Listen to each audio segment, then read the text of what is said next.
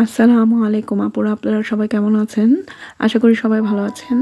দূরে কিংবা কাছে যেসব আপুরা আমাকে দেখতে পাচ্ছেন সবাইকে জানাই অসংখ্য ধন্যবাদ।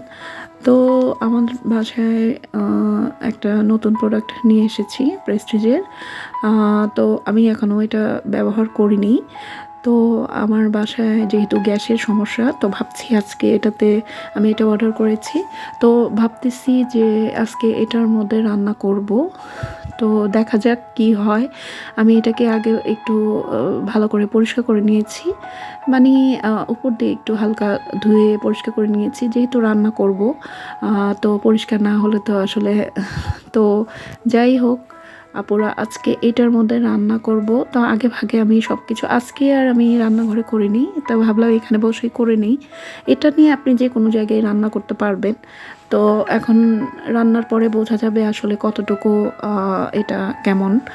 তো যেহেতু আমি প্রথম ব্যবহার করছি, তো ভাবলাম আপনাদের সাথে শেয়ার করি। তো এই তো এখানে আমি প্রথমত আমার মনে হলো যে এখানে রান্না করাটাই আমার কাছে সুবিধা মনে হচ্ছে। তো এখানে বসে আমি একটা চেয়ারের উপরে নিলাম, যেহেতু নিচের অংশটা আমি চেক করে দেখেছি যে তেমন একটা গরম হয় না, আর যতটুকু গরম হয় ভিতরেই হয়। তো দেখা যাক কি হয়। আর তো আজকে এটার ভিতরে রান্না করব।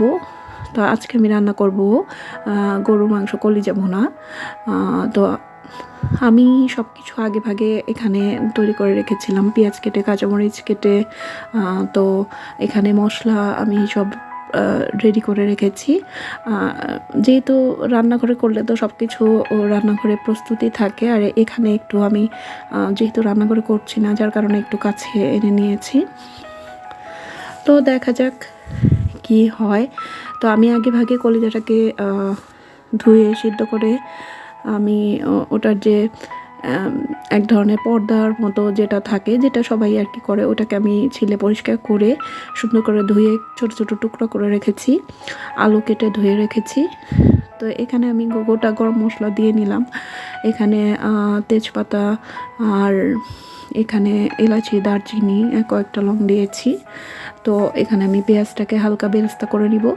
আমি তো আগেই বললাম, যেহেতু আমি এটাতে প্রথম রান্না করছি, তো আমি খুব একটা আঁচ দিইনি, আমি হালকা আঁচে করছি। প্রথমত এটাতে আঁচ আরও বাড়ানো যায়। তো যেহেতু আমার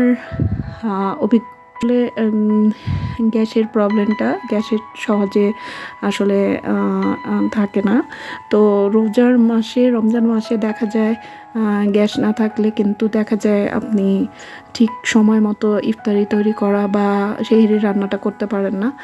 তো এই আর কি, তো ঝটপট রান্নার জন্যই আর কি এটা তৈরি করা। গ্যাস কম থাকলে আপনি যে কোনো মুহূর্তে এইটা দিয়ে আর কি রান্না করে ফেলতে পারবেন খুব সহজেই। তো আমার মনে হচ্ছে খুব একটা খারাপ না, ভালোই।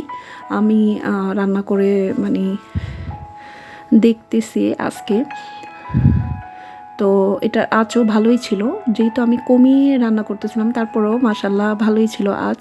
তো এখানে আমি মশলাটা রেডি করে রেখেছি। এখানে জিরা বাটা, আমি রেডি করা মশলাগুলো একে একে দিয়ে নিব। একটা হলুদ, মরিচ, জিরা, ধনিয়া, আদা, রসুন, আর এখানে আমি পেঁয়াজ বাটা এগুলো নিয়েছি। কিছুটা গরম মশলা নিয়েছি।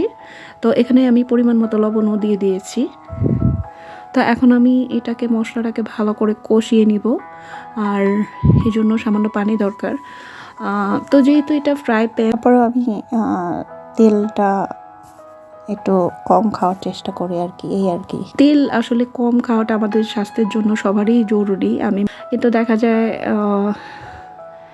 মানে একেবারে কম দিলেও হয় না, আবার একেবারে বেশি দেওয়াটাও স্বাস্থ্যের জন্য ভালো না। এই তো মশলাটা ভালো করে কষিয়ে নিচ্ছি। এখন এটার মশলাটা কষা পর্যন্ত অপেক্ষা করছি। দেখা যাক মশলাটা কষে আসলে। তো তো আমার কাছে ভালোই লাগতেছে যে খুব অল্প আঁচে রান্না করতেছি, খুব সহজেই খুব ঝটপট হয়ে যাচ্ছে। তো আমার কাছে ভালোই লাগতেছে আর কি। তো আমি প্রোডাক্টটি আয়েশা শপ মার্ট থেকে অর্ডার করেছি। তো আমার মনের ভিতরে স্পেসটাও বড়, ভালো লেগেছে আমার কাছে। দেখে বোঝা যায় না, প্রায় এটা 6.5 লিটার। তো মশলাটা কষে এসেছে। আমি কলিজাটা দিয়ে দিলাম। তো আমার জন্য সুবিধা হয়েছে কি, দেখা যায় গ্যাসের জন্য অনেক সময় রান্না করতে দেরি হয়ে যায়, ইফতারটা সময় মতো করতে পারি না, সেহরিটা অনেক সময় রান্না করতে পারি না, অনেক সমস্যা হয়। আসলে এটা আসলে বিভিন্ন স্থানে বিভিন্ন এলাকায় যাদের গ্যাসের সমস্যা আছে তারাই বুঝবে। আর রান্না করলেও দেখা যায় অনেক সময় অপচয় হয়। অনেক দিন ধরে ভাবছিলাম যে কিনবো করে, তো হঠাৎ করে নিয়ে ফেললাম।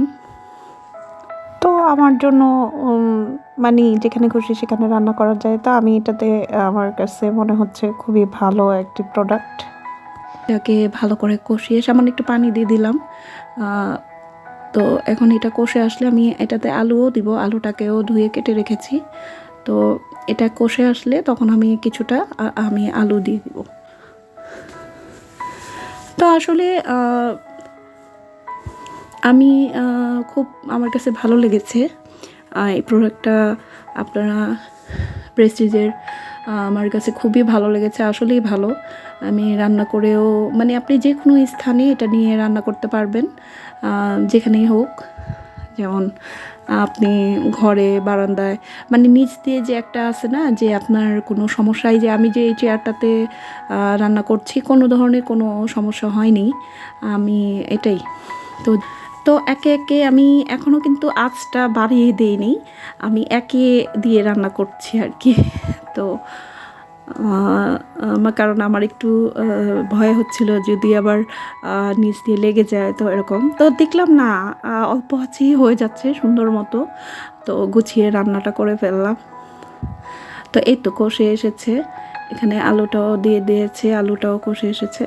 তো আমি এটা একটু মাখা মাখা ঝোল রাখবো, যেহেতু এটা কলিজা ভুনা, তেমন একটা ঝোল রাখবো না। কলিজা ভুনায় তেমন একটা ঝোল ভালো লাগে না। তো এই তো তৈরি হয়ে গেল কলিজা ভুনা। এই যে পাকা পাকা ঝোল রেখেছি। তো দূরে কিংবা কাছে যেসব আপুরা আমাকে দেখতে পাচ্ছেন, যদি আমার ভিডিওটি ভালো লাগে তো অবশ্যই লাইক কমেন্ট শেয়ার করবেন, সাবস্ক্রাইব করে আমার পাশে থাকবেন, এবং সবাইকে রমজান মোবারক। খোদা হাফেজ আপুরা।